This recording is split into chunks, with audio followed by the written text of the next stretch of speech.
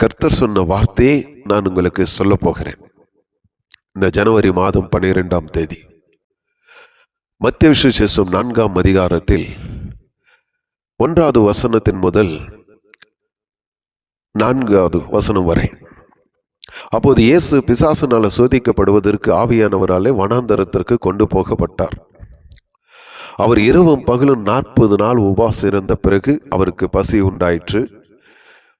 அப்பொழுது சோதனைக்காரன் அவரிடத்தில் வந்து, நீர் தேவனுடைய குமாரன் என்னால் இந்த கல்லுகளை அப்பமாக்கும்படி சொல்லும் என்றான். அதற்கு இயேசு பிசாசுக்கு பிரதித்திரமாக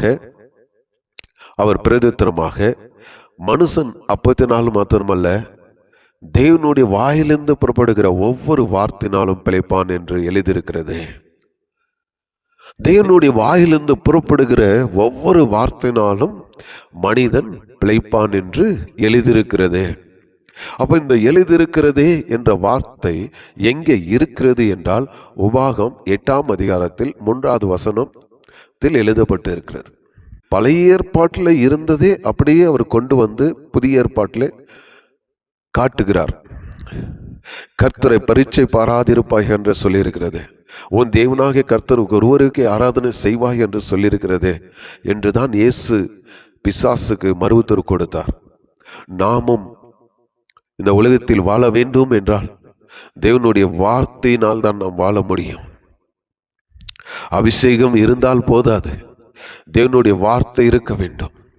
வார்த்தை எங்கு இருக்கிறதோ அங்கே தேவன் இருப்பார் என்பதை தேவ பிள்ளைகள் அறிந்து கொள்ள வேண்டும். யோவான் எழுதின சுவிசேஷம் 1ஆம் அதிகாரத்தில் 1வது வசனம், ஆதியிலே வார்த்தை இருந்தது, அந்த வார்த்தை தேவனிடத்தில் இருந்தது, அந்த வார்த்தை தேவனாய் இருந்தது. அதே 14வது வசனம், அந்த வார்த்தை மாம்சமாகி கிருபையினாலும் சத்தியத்தினால் நிறைந்து நமக்குள் வாசம் பண்ணுகிறார். அது யார் என்றால் நம்முடைய ஆண்டவராகிய இயேசு கிறிஸ்து. ஏசாயா 55:11 சொல்லுகிறது, என் வாயிலிருந்து புறப்படும் வசனமும் இருக்கும், அது வெறுமையாய் என்னிடத்திற்கு திரும்பாமல் அது நான் விரும்பினதை செய்து நான் அதை அனுப்பின காரியமாகும்படி வாய்க்கும். கர்த்தருடைய வாயிலிருந்து புறப்பட்டு வருகிற வசனம், பரலோகத்திலிருந்து நம்மிடத்திற்கு வருகிற வசனம், அது வெறுமையாய் திரும்பி போகாதாம். அப்போ அவரிடத்திலிருந்து எப்படி வசனம் வரும் என்றால், நீங்கள் வேதத்தை வாசித்து கொண்டு இருக்கும்போது ஏதோ ஒரு வசனம் உங்களோடு பேசுவது போல இருக்கும். அதுதான் கர்த்தர் பேசுகிற வார்த்தை. அது பரலோகத்திலிருந்து உங்களோடு பேசுகிற வார்த்தை. அந்த வார்த்தை தான் உங்கள் வாழ்க்கையில ஜீவனாக மாறும். அதுதான் ரேமா வார்த்தை. அதுதான் இயேசு கிறிஸ்து சொல்லியிருக்கிறார், மனுஷன் அப்பத்தினால மாத்திரமல்ல, தேவனுடைய வாயிலிருந்து புறப்படுகிற ஒவ்வொரு வார்த்தையினாலும் மனிதன் பிழைப்பான். சமயத்துக்கேற்ற வார்த்தையை தருவேன் என்று ஏசாயா தீர்க்கதரிசியின் மூலமாக சொல்லியிருக்கிறார். ஏதாவது ஒரு காரியத்துக்காக ஜெபிப்போம், அப்போது தேவன் பரிசுத்த ஆவியானவர் மூலமாக நமக்கு அந்த வார்த்தையை கொடுப்பார். அந்த வார்த்தை தான் உங்க வாழ்க்கையில கிரியை செய்யும். நீங்களாக ஒரு வார்த்தையை எடுத்து பேசினால் கிரியை செய்யாது. கர்த்தர் தருகிற வார்த்தை தான் உங்க வாழ்க்கையில கிரியை செய்யும். சங்கீதம் 119:74 சொல்லுகிறது, நான் உம்முடைய வசனத்திற்கு காத்திருக்கிறபடினால், அவர் வசனத்திற்கு காத்திருக்கிறேன் ஆண்டவரே, உம்முடைய வார்த்தை எனக்கு தாரும் என்று. சங்கீதம் 119:49, நீர் என்னை நம்ப பண்ணின வசனத்தை உமது அடியானுக்காக நினைத்தருளும்.